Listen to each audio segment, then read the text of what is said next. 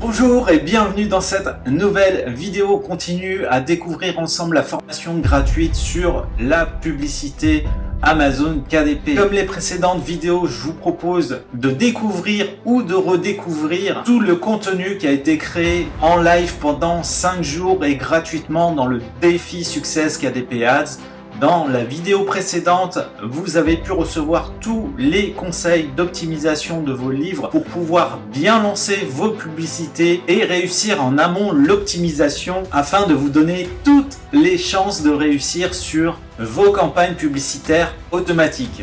C'est pas une formule magique. C'est pas parce que vous faites une pub que votre livre va nécessairement se vendre. Mais il y a plusieurs choses que vous pouvez faire avant de lancer la pub pour mettre toutes les chances de votre côté que votre pub soit fructueuse. N'hésitez pas à laisser en commentaire vos questions ainsi que vos suggestions de contenu de vidéo. Et puisqu'on va parler campagne publicitaire automatique, contrairement aux idées reçues, sachez qu'il y a quand même pas mal de paramétrage, de métriques que l'on peut optimiser pour se donner toutes les chances de réussite sur une campagne publicitaire automatique Amazon KDP. On retrouve tout de suite le défi Success KDP Ads. N'hésitez pas à prendre des notes, à revenir sur les précédentes vidéos, à revenir en arrière sur la vidéo de ce jour et on se donne rendez-vous dès samedi prochain à 10 h du matin pour l'avant-dernier épisode de cette formation gratuite Amazon KDP Ads. Le défi Success KDP Ads, c'est parti, c'est maintenant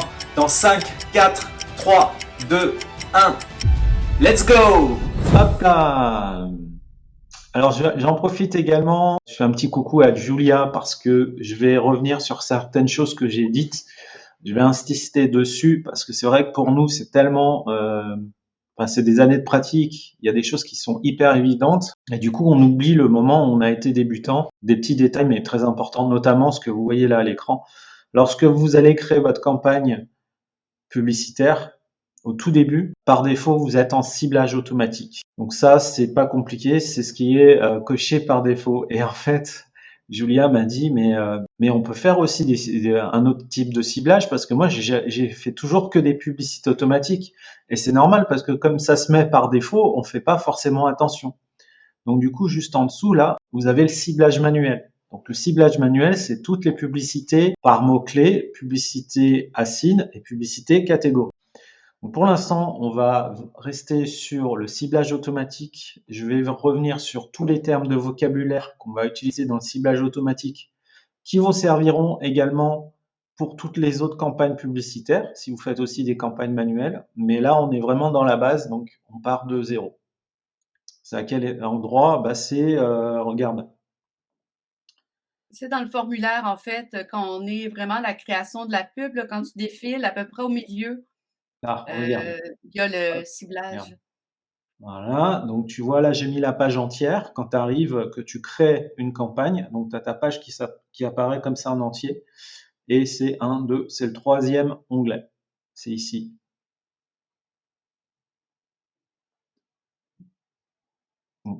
Bien fait de faire cette capture d'écran. Alors, on retourne sur la présentation. Donc voilà, on reste toujours en ciblage automatique. J'ai mis un exemple ici aussi. Donc j'avais dit l'idéal pour démarrer, c'est de mettre 15 centimes. Donc là, je suis allé sur mon dashboard publicitaire et pour vérifier ce qui était suggéré par Amazon. Parce qu'avant, il n'y avait pas forcément ici une enchère suggérée très pertinente. Ils mettaient vraiment que 40 centimes au tout début, il y a quelques années. Et en fait, maintenant, en fonction du livre, donc là, j'ai pris en exemple, j'ai mis un livre pour enfants. Donc là, en ce moment, au mois de janvier, l'enchère suggérée de 30 centimes, mais vous pouvez taper entre 15 centimes et 60 centimes. Donc les 15 centimes que je vous ai annoncés au départ, ça reste pertinent. Pour démarrer en tant que débutant, j'essaye de faire le plus simple possible. Mais aujourd'hui, puisqu'on est dans la troisième session dont l'intitulé est Analyse percutante, on va rentrer un peu plus dans l'analyse et vous allez voir qu'il y a pas mal de choses qu'on peut modifier même si on est sur des campagnes automatiques. Alors, là déjà, vous commencez à avoir pas mal d'informations. Dans la présentation que j'ai faite il y a 2 jours, on avait mis définir l'enchère par défaut. Donc ici, on avait choisi 15 centimes et en dessous, vous avez le petit bouton définir les enchères par groupe de ciblage. Donc c'est pas quelque chose que je vous conseille de faire quand vous allez démarrer votre première campagne automatique. Par contre, je vous le montre pour que vous sachiez exactement à quoi ça correspond. Donc, si vous cliquez sur définir les enchères par groupe de ciblage, vous avez cet écran-là qui apparaît juste en dessous. Et vous avez 4 types de ciblage. Les ciblages sont classés par ordre de pertinence. Donc, la correspondance proche de votre livre, par exemple le livre de coloriage pour enfants, là, ça va être tous les livres de coloriage pour enfants. Correspondance large, ça va être des livres d'activités pour enfants.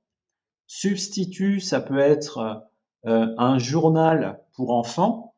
Et les compléments, ça peut être tout type de livres, mais également des produits.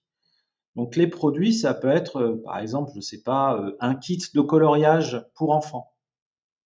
Donc vous voyez, vous avez ces 4 types de correspondances sur lesquelles vous pouvez jouer en fonction de ce que vous souhaitez cibler. Sachant qu'on est en automatique, donc c'est l'algorithme d'Amazon qui va décider quoi montrer aux clients potentiels. Imaginons, j'ai eu la question, je l'ai vu passer dans le groupe Facebook du défi, quelqu'un qui veut cibler des produits. Si on met des enchères plus élevées, par exemple, comme c'est suggéré ici, de 40 centimes sur les compléments, il va y avoir des produits qui vont être proposés, mais on ne sait pas du tout le type de produit. Donc ça reste quand même aléatoire, même si l'algorithme est quand même très évolué aujourd'hui et il va cibler vraiment le produit qui correspond au client, à l'utilisateur qui est en train de naviguer sur Amazon. Donc ça, c'est quelque chose que vous pourrez utiliser par la suite si vous voulez optimiser vos campagnes automatiques, mais au départ, le mieux, c'est de commencer par l'enchère par défaut. Vous mettez 15 centimes, 20 centimes et vous laissez tourner. Après, si vous avez des questions là-dessus, on pourra y revenir en fin de session pour que je rentre un peu plus dans le détail si vous avez des questions là-dessus. Alors, je reviens également sur le thème sponsorisé. On en a parlé à la première session. Donc, quand vous allez faire une recherche sur Amazon, comme vous voyez à l'écran, eh bien, vous avez une page entière avec sur les 2 premiers résultats. Donc là, on est en mode ordinateur. Sur les mobiles, c'est un alignement. Vous avez 1, 2, 3, 4 images. Et les 4 premières images, c'est les sponsorisés. Donc là, sur un ordinateur, vous avez les 2 premiers titres qui sont sponsorisés. Au milieu de la page, vous avez encore 2 titres de sponsorisés. Donc tout ce que vous voyez là, sponsorisé, c'est toutes les personnes qui font de la publicité, quel que soit le type de campagne, que ce soit automatique ou manuel. Là, j'ai carrément pris l'affichage ordinateur. Donc, concernant les publicités, vous avez aussi le bandeau qui est ici, c'est le Sponsored Brand, donc la publicité de marque, hein, si on traduit littéralement. Donc ça, c'est réservé à des personnes qui ont déjà l'habitude de faire la publicité, j'en avais déjà parlé, mais je vous le montre quand même pour que ce soit bien clair pour vous. Et on retrouve encore les 2 premiers livres qui sont sponsorisés. Donc là, j'ai mis le header, donc c'est le haut de page, et le footer, c'est le bas de page. Alors, en bas de page, voici tous les types de publicités que vous allez pouvoir découvrir. Donc ici, on a les livres associés à votre recherche, mais sponsorisés. Donc là, ça va être plutôt pour ceux qui font de la publicité assigne ou catégorie. Ici, on a un bandeau publicitaire qui ne nous concerne pas, c'est pour les comptes Amazon Seller, donc ceux qui ont des produits que ce soit des produits stockés par les entrepôts d'Amazon ou que ce soit des produits que eux vont livrer à leurs clients directement. Donc ça, c'est une pub sponsorisée, mais qui ne provient pas de Amazon KDP. Et ici, vous avez encore tous les produits liés à cet article. Une fois de plus, ça va être pour ceux qui font de la publicité par ASIN ou catégorie et éventuellement en automatique. Mais c'est beaucoup plus difficile d'arriver dans ces résultats-là puisque la publicité ASIN et catégorie est vraiment positionnée sur le bas de page ici. Et vous avez encore ce type de bandeau. Alors, c'est réservé en interne par Amazon KDP. Moi, j'ai fait la demande pour pouvoir l'avoir et ils m'ont dit que c'était décidé de façon aléatoire. Alors, on ne peut pas décider en payant, en choisissant un type de publicité pour apparaître en bas de page comme ceci en bandeau. C'est pas nous qui pouvons décider. Si on a de la chance, ça peut nous arriver. Alors, ce qu'il faut savoir, c'est que là, on a un affichage classique. Donc, la personne est obligée de cliquer sur le titre pour accéder au livre. Mais, et ça, je l'ai eu une fois, j'aurais dû prendre une capture d'écran. Donc, j'avais mon livre qui était là. J'avais le titre qui est ici. Et là, en bas, à droite, j'avais un onglet Acheter. Et ça, c'est le top du top. Quand vous arrivez à un niveau de publicité conséquent, Amazon va vous mettre en avant avec ce bandeau et ici le petit onglet Acheter.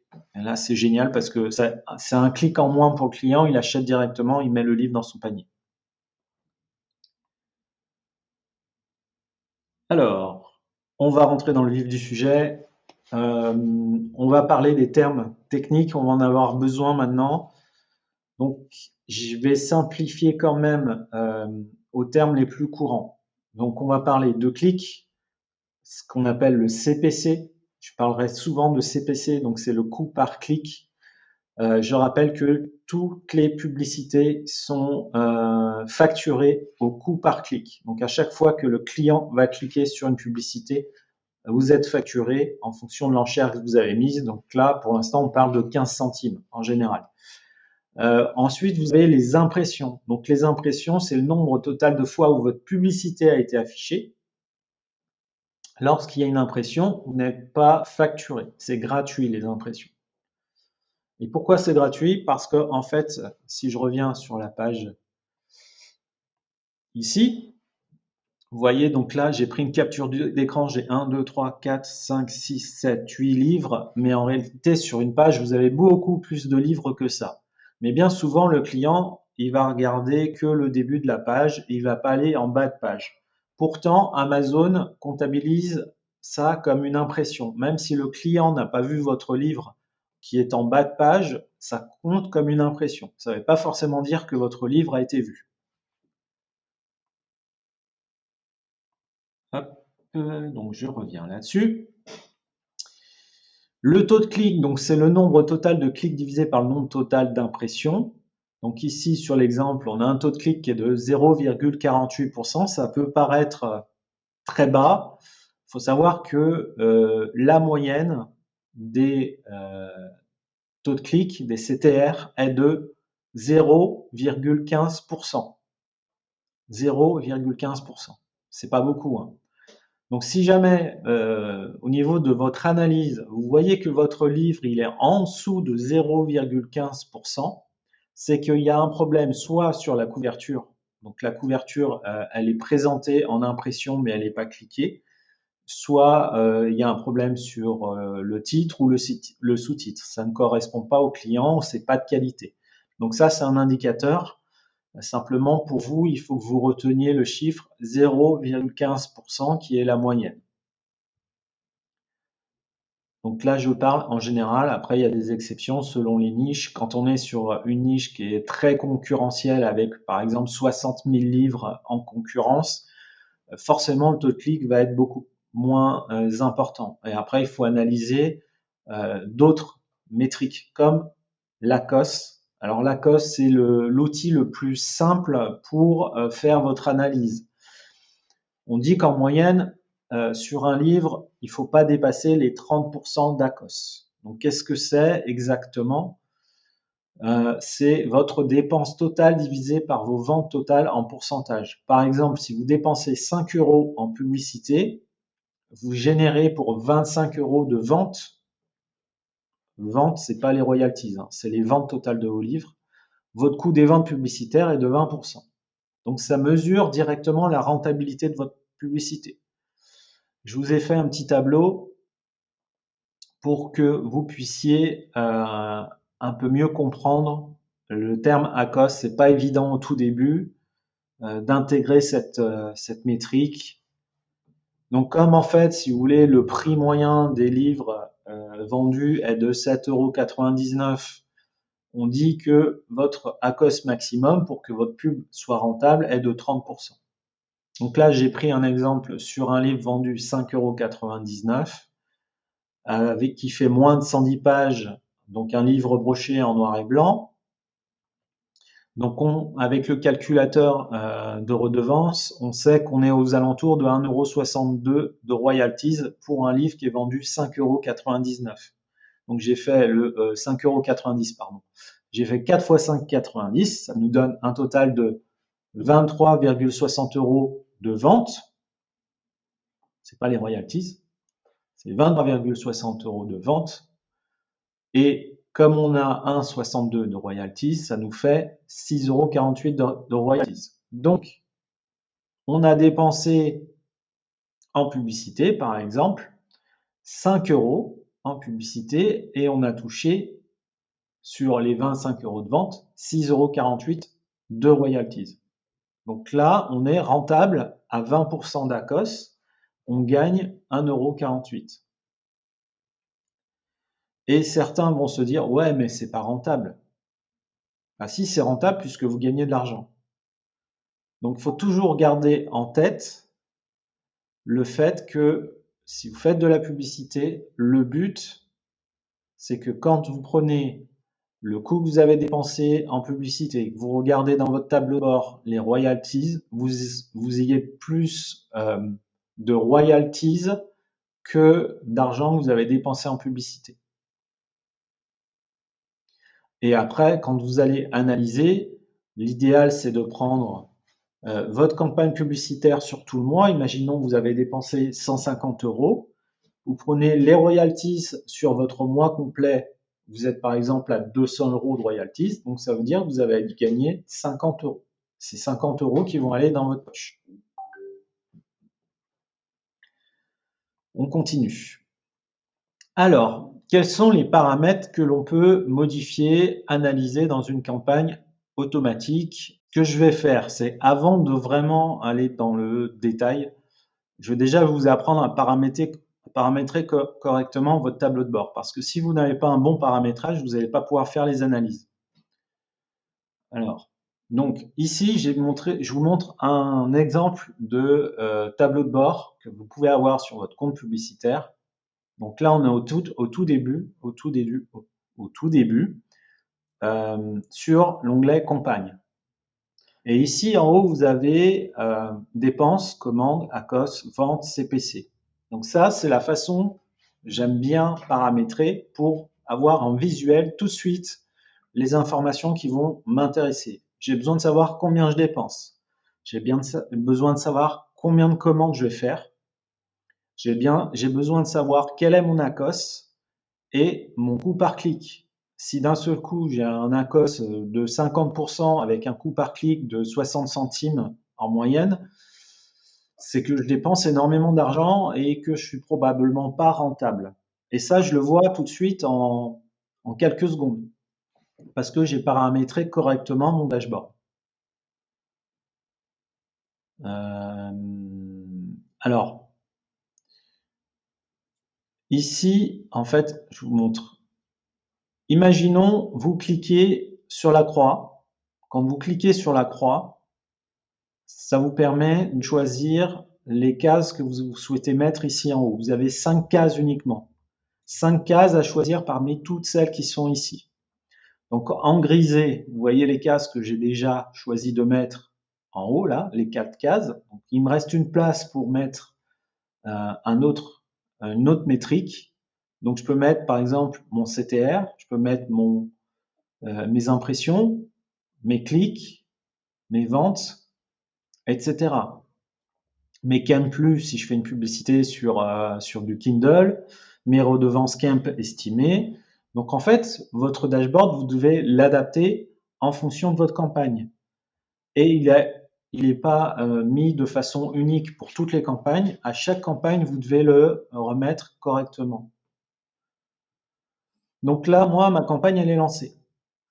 Mais au départ, lorsque je vais vouloir commencer une campagne, les commandes et les ventes, ça n'a pas d'intérêt. Moi, ce qui va m'intéresser au départ, quand je vais lancer ma campagne, c'est de voir si ma campagne, elle prend son envol. Donc, je vais mettre, par exemple, les impressions. Les impressions, c'est ce qui va permettre de voir si votre campagne, elle est vue. Si vous avez moins de 1000 impressions par jour sur votre campagne, ça veut dire que soit votre livre, il a pas été retenu, il n'est pas pertinent, vous avez un jeune compte pour Amazon KDP, donc il va falloir insister, il va falloir prendre du temps. C'est une possibilité. Ce qu'a expliqué hier Sophie, il faut vraiment se mettre toutes les chances de son côté. Dans l'idéal, avoir les étoiles. Dans l'idéal, avoir une bonne description. Dans l'idéal, avoir une bonne couverture, un bon titre, un bon sous-titre et un contenu à plus.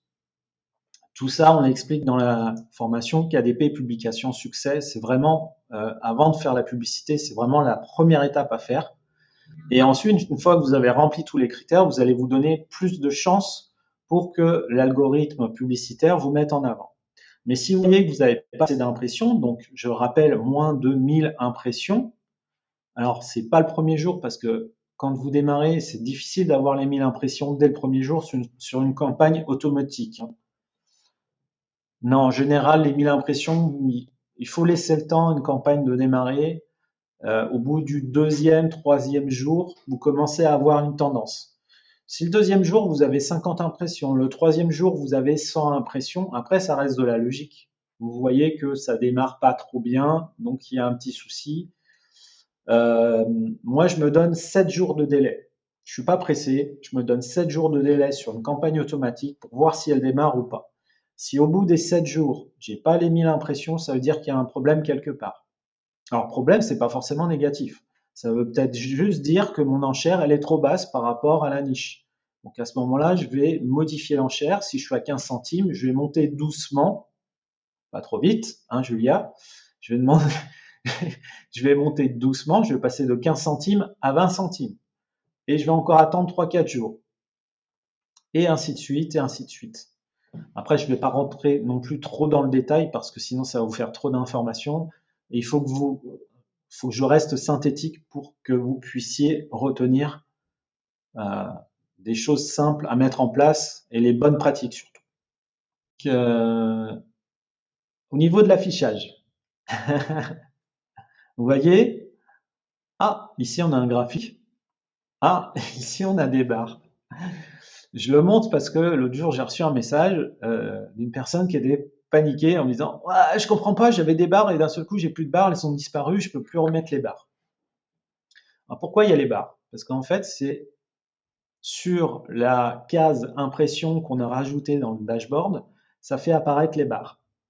Ici vous voyez j'ai pas coché impression, donc j'ai mis dépenses en bleu, commande en jaune, mais impression je l'ai pas coché. Du coup j'ai un graphique sur les dépenses et sur les commandes.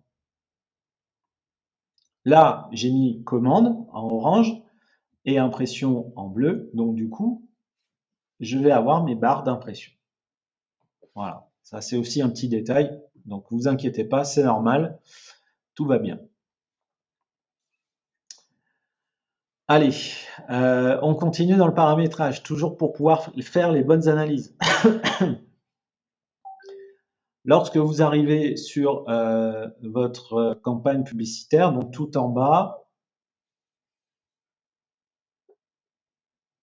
vous avez ici vos colonnes.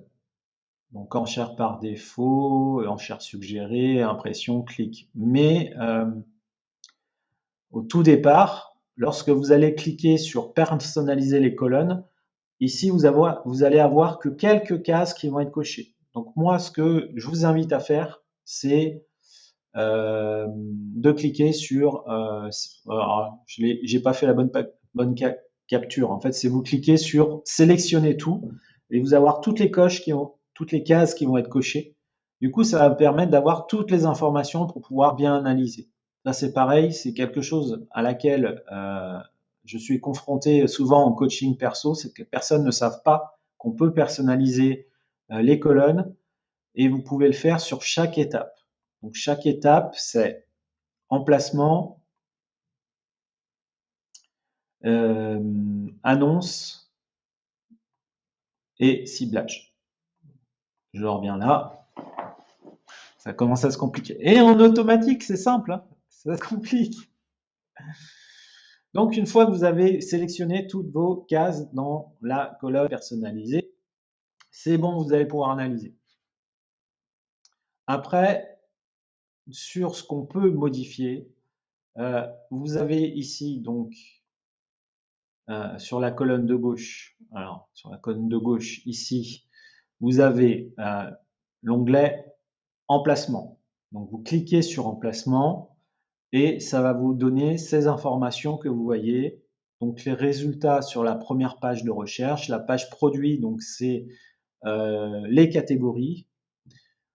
Et vous avez la possibilité de modifier ici votre enchère. Imaginons que vous êtes sur une enchère au départ qui est de 15 centimes.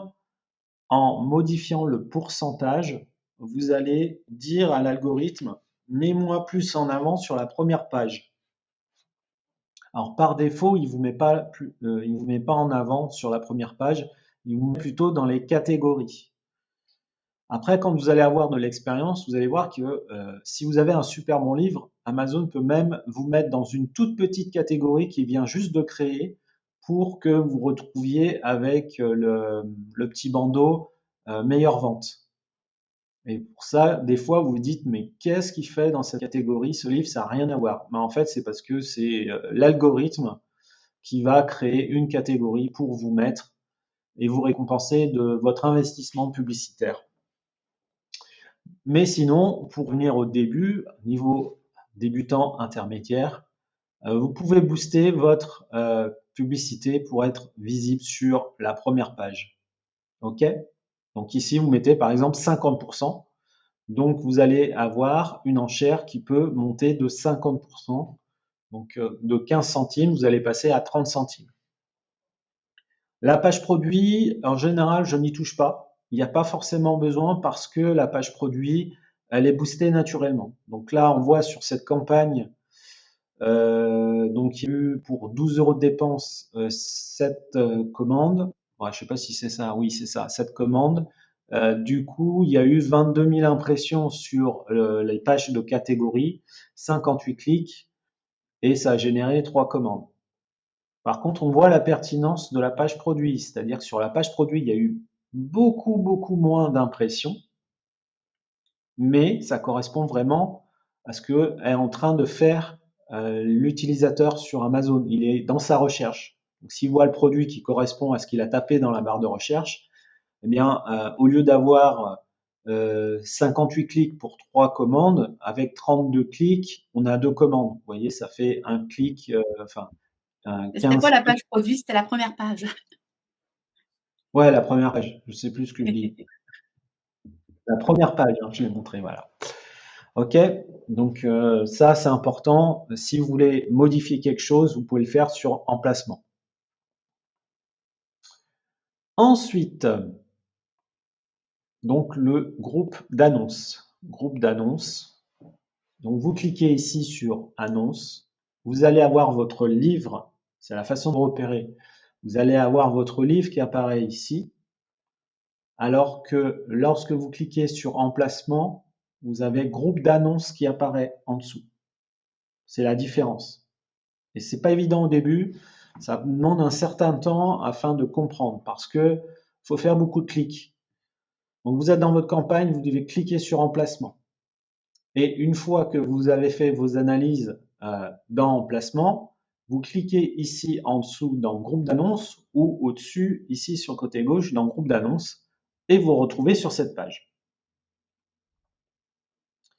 Et une fois que vous êtes sur la page groupe d'annonces, c'est là où vous allez pouvoir avoir la possibilité d'analyser et de modifier les données. Donc je vous rassure, on est sur la fin de la présentation, c'est presque terminé.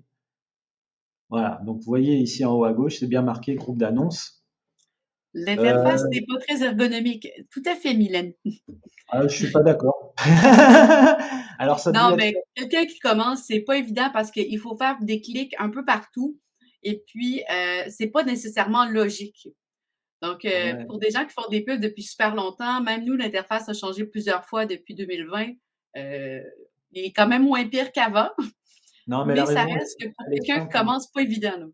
C'est que c'est un cerveau masculin qui a programmé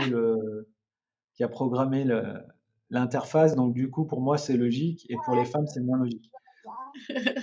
Sans misogynie aucune, hein. Du coup, voilà, merci. Alors, du coup, on se retrouve sur groupe d'annonces.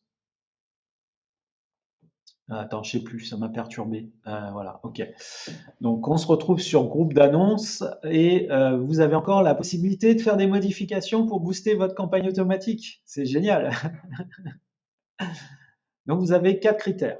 Vous avez les substituts, les correspondances proches, les correspondances larges et les compléments. Donc, ça, on l'a vu tout à l'heure. Vous pouvez le modifier ici dans ciblage. OK? Vous avez les termes de recherche. Quand vous êtes dans votre groupe d'annonces, vous avez les termes de recherche. Alors, qu'est-ce que c'est? C'est là où toute la puissance de la campagne automatique va prendre son importance. Dans les résultats, vous allez avoir les livres qui ont été cliqués, qui ont fait acheter votre livre. Vous allez avoir les mots-clés qui ont été tapés, qui ont fait acheter votre livre. Donc, c'est à ce moment-là, et pas avant, au tout début, hein, quand vous débutez, je parle toujours pour la majorité, pour les 80% de débutants intermédiaires. Ok? C'est à ce moment-là que vous allez pouvoir récupérer les numéros d'ASIN qui sont ici, les mots-clés qui sont ici, pour les utiliser en campagne manuelle. Ça, on y reviendra lundi. Donc, je ne vais pas plus loin, c'est juste pour vous informer de à quoi ça sert tout ce qui est ici. Donc là, c'est génial parce que c'est une mine d'or. C'est grâce à ça que vous allez pouvoir créer d'autres campagnes. Et c'est pour ça aussi qu'on commence par la campagne automatique.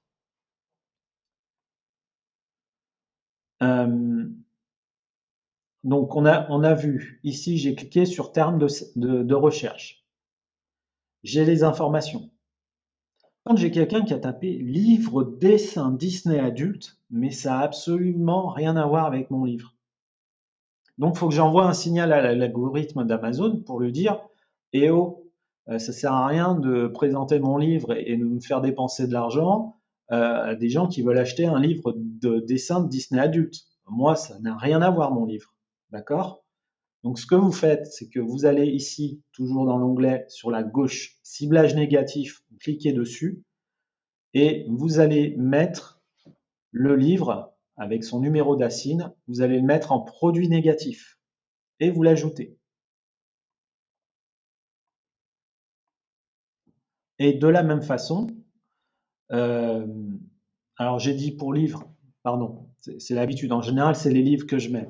Donc je recommence, je me suis emmêlé les pinceaux. Donc en fait, si vous voulez, livre dessin Disney adulte, c'est pas un livre, c'est un mot-clé négatif.